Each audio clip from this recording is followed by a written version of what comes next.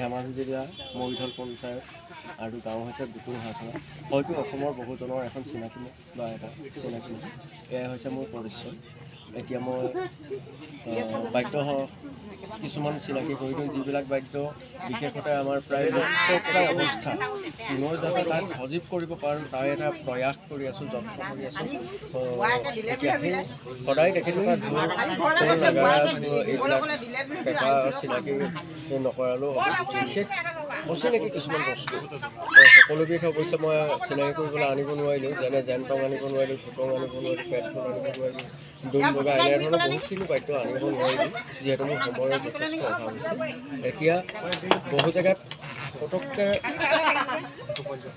গম পোৱা নাই, গম পায় কিন্তু নামটো কিহত ব্যৱহাৰ হয় তাক জনা নাই। এইটো হৈছে ৰামতাল, হৰি নামত ব্যৱহাৰ কৰে এনেধৰণৰ।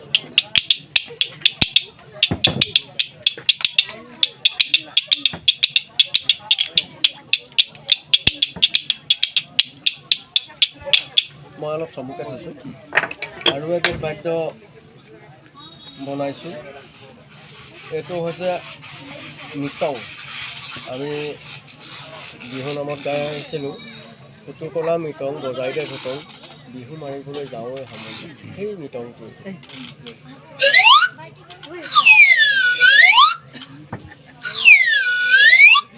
এনেধৰণৰ ঠিক তেনেকৈ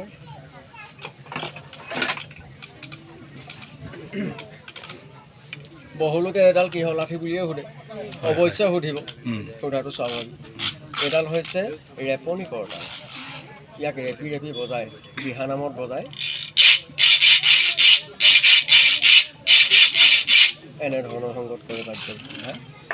ঠিক তেনেকৈ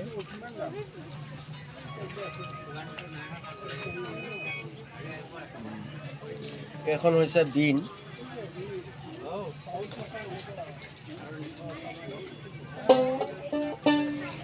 সঁচাকৈ আপোনাক লগ পাই ভাল লাগিল। আপোনাৰ এই লোকবাদ্য সৃষ্টি আৰু পৰিকল্পনাৰ মাজৰ সময়খিনি আৰু সুন্দৰ হৈ উঠক।